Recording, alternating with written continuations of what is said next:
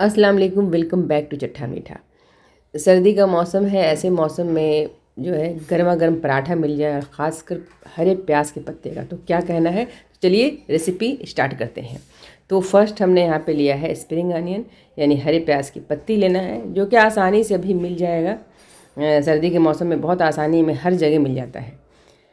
आप चाहें तो गमले में भी उगा सकते हैं। 1 से 2 हफ्ते में प्याज का जो ये पत्ता रेडी हो जाता है। तो यहाँ पे हमने प्याज का पत्ता लिया है, इसे क्लीन करके वॉश करके बारीक बारीक कट कर लेना है। चलिए अब एक बाउल में लेंगे उबला हुआ 200 ग्राम आलू, इसमें डालेंगे नमक टेस्ट के अकॉर्डिंग 1 टीस्पून है करीब।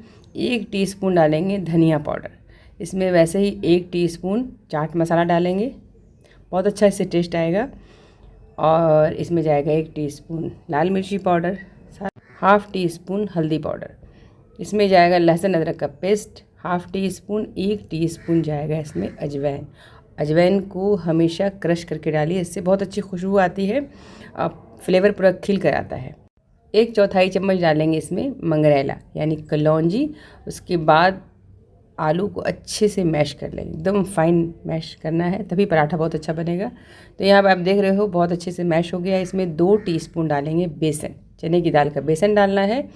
2 कप आटा जो कि 300 से 350 ग्राम के करीब होगा, गेहूं का आटा है। 1 से 2 टीस्पून देसी घी डालना है।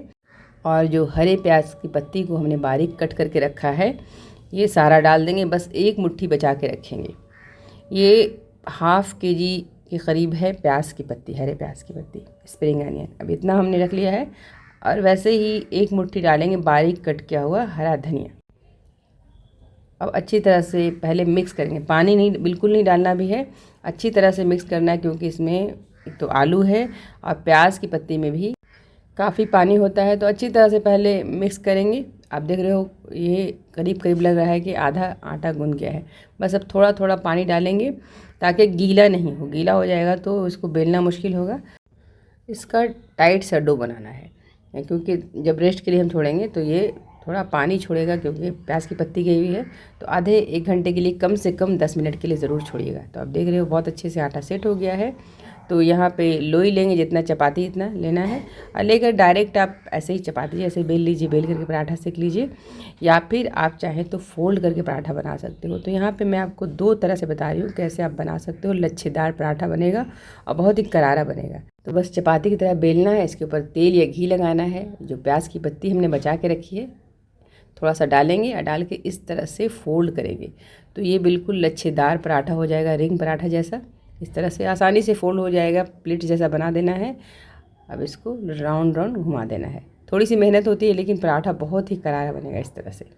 ये बच्चों के आप लंच बॉक्स में दे सकते हो, हस्बैंड के लंच बॉक्स में दे सकते हो, और कहीं सफ़र में जा रहे हो तो आप ये बना के रख लो। तो इसके साथ कोई भी सब्ज़ी की ज़रूरत नहीं है, अपने आप में ही ये फुल जो है ब्रेकफास्ट है। तो इस तरह से आप बेल लीजिए, इस तरह से आप बना सकते हो, या फिर इस तरह से थोड़ी मेहनत लगेगी। पहले चपाती बेलना है, उसके बाद तेल लगाना है, तेल लगाने के बाद इसको कट कर लेना है। ये बहुत ज़्यादा लच्छेदार बनेगा। इस तरह से कट कर लेना है, कट करके वही प्याज की पत्ती डाल करके इसे फोल्ड करके बस बेल लेना है।